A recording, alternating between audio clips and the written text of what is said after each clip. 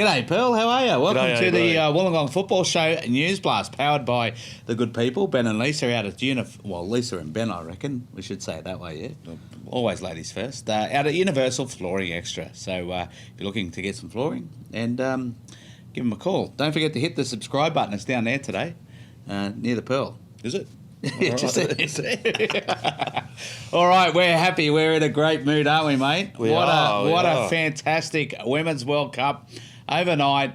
The Matildas, they've done it. There's been a lot of people out there, who doubted that they were going to get a result out of this game. And not only did they get the result, AB, they did what Australians do best, and that's they never gave up and come back from 2-0 down. Yeah, fantastic effort. Which is interesting. They say that 2-0 is the worst score you could have in football. It is. It's proven many times. And our very own Lake Illawarra, born and bred, Caitlin Ford with the go-ahead goal. It was a good time to score just before half-time. And the other two goals, obviously the Chloe Lagazo goal, was a shot come cross that went in. Everyone missed it, including the goalkeeper, which is great. And, of course, the third one. Controversial third. Yeah, well, it's about time we had some controversy go our way. It was a controversial game, AB, really. Penalty awarded, then taken away, and then another one awarded from VAR. And so it was a game it was a great football game. Yeah, look, I think the first game, you can put everything aside now. You've got a game tonight, Jamaica and Italy. If Jamaica win, all teams could be on 3 points. You'd expect Italy to win that game. Well, you would, but yeah, interesting stuff. Anyway, Ante Milicic told reporters after the game, tonight I must say it's one of the finest Australian performances that I've seen, and I'm really, really proud for the girls because it hasn't been easy for them. They deserve all the rewards that they were given tonight. Let's not get ahead of ourselves. It's a win. We're off the mark. It's 3 points. We need to analyse what we need to do better and improve on, but it's definitely good confidence for us. So a great result.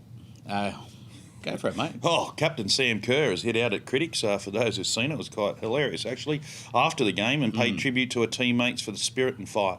Kerr told reporters, "I'm so proud of the girls. We knew we were in it at half-time. There are a lot of critics talking about us, but we're back. It's just outside noise. We don't listen to the haters. Look at the comeback performance from the deep.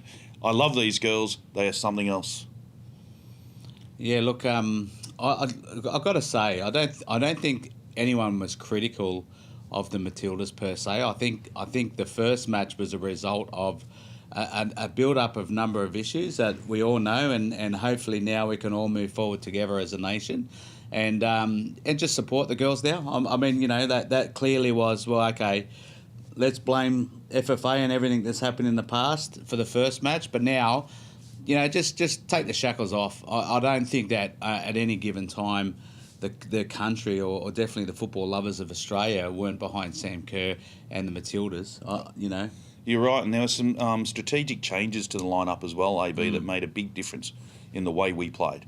So, they KK was outstanding. She was. Kellen Knight. She was, and so we've had the squad. It's like you said, there was no one really critical of the players themselves. Okay, Pearl, well, the Matildas now turn their focus to Wednesday morning, our time, 5 a.m. kickoff against Jamaica.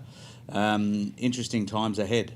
Oh, the 3 points against Brazil are going to be priceless, Andrew. So, if we play, the girls continue on the same vein, you would expect us to get a win and qualification through to quarterfinals. Fingers, we could almost top the group depending on what happens tonight. That's right.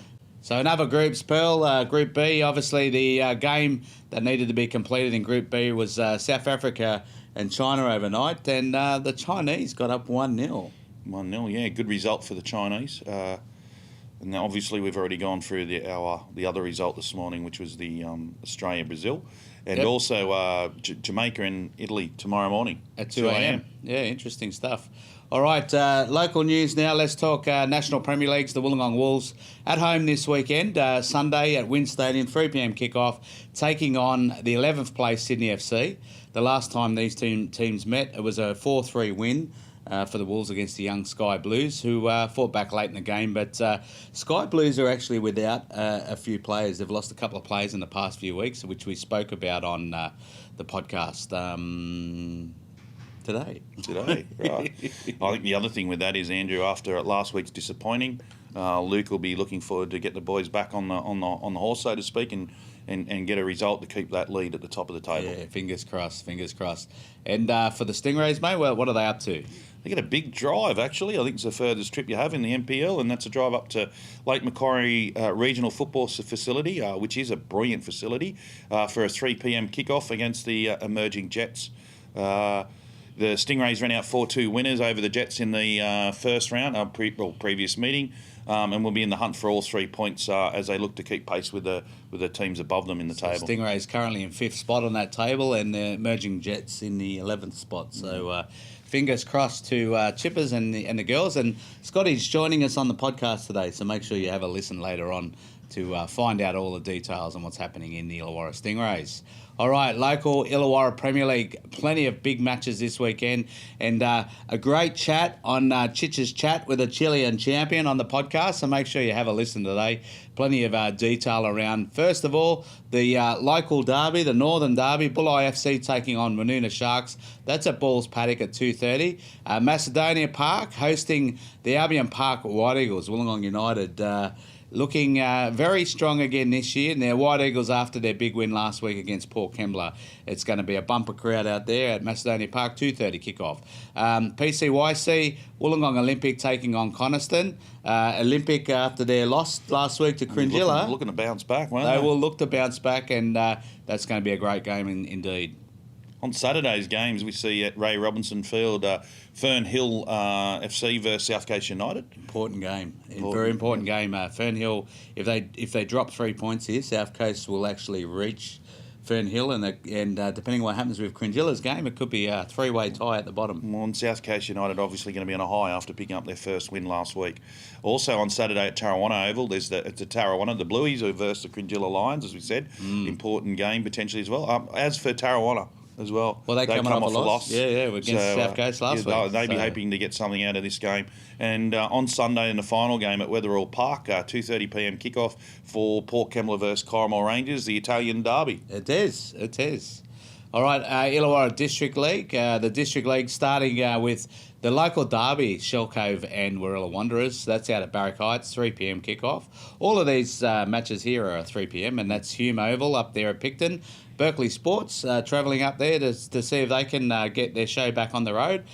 Judy Masters Oval, they're at your beloved ground, Balgownie Rangers taking on Oak Flats Falcons. Saturday, we've got Unadera Hearts versus the Helensburgh Thistle.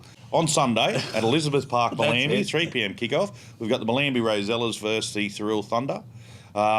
And also at the same time at Kiama Sporting Complex, the Quarriers are playing the University FC. Correct. Good stuff. And like I said, in Chitch's Chat with the Chilean champion, we go into a bit of detail around that. So good stuff. Women's First Division, that's your division, mate. Fire away, mate. There is on Sunday at Ocean Park in what should be a good game, Woonona Sharks versus Kiama Quarriers. In a deferred round also on Sunday at 2 p.m. at Coolabong, University versus Surreal.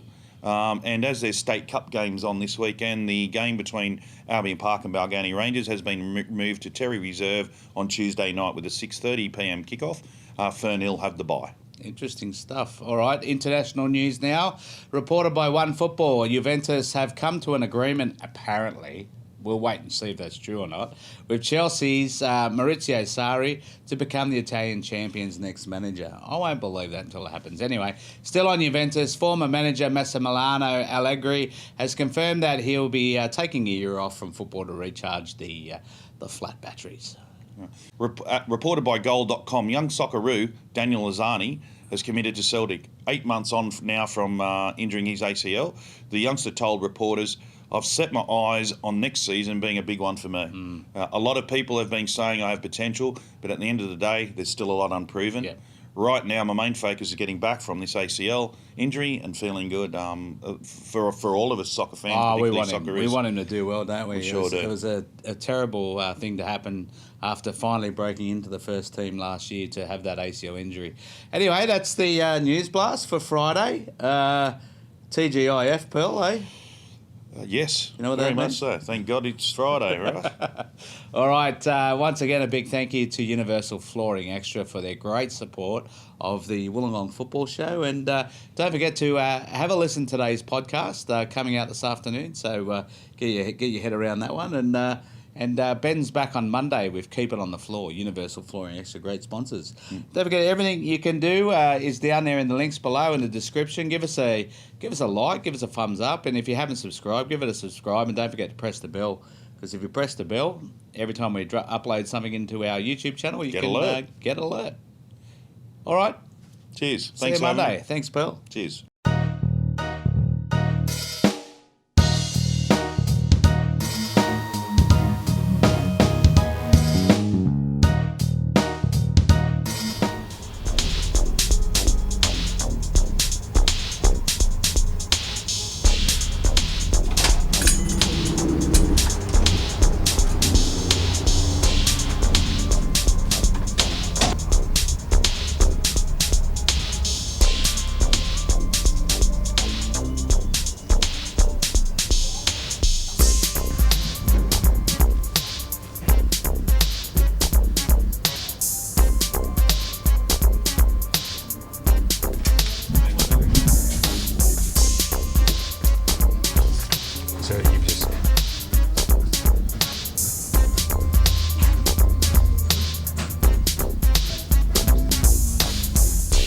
New flooring today, guys?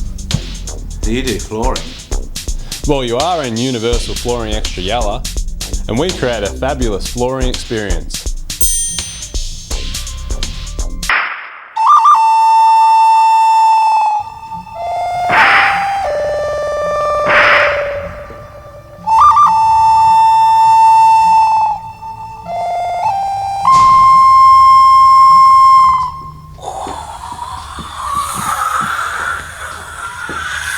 I'm a tumbleweed. Pretty good.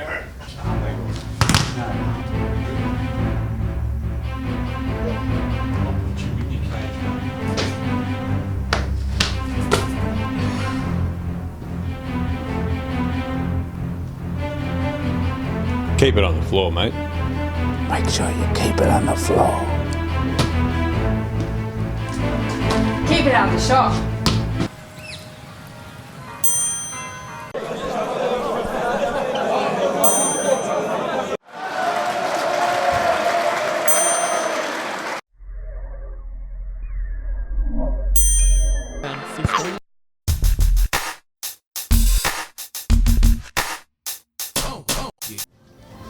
Are those guys gone yet?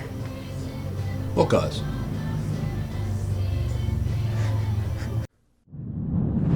This has been a Podular Media production.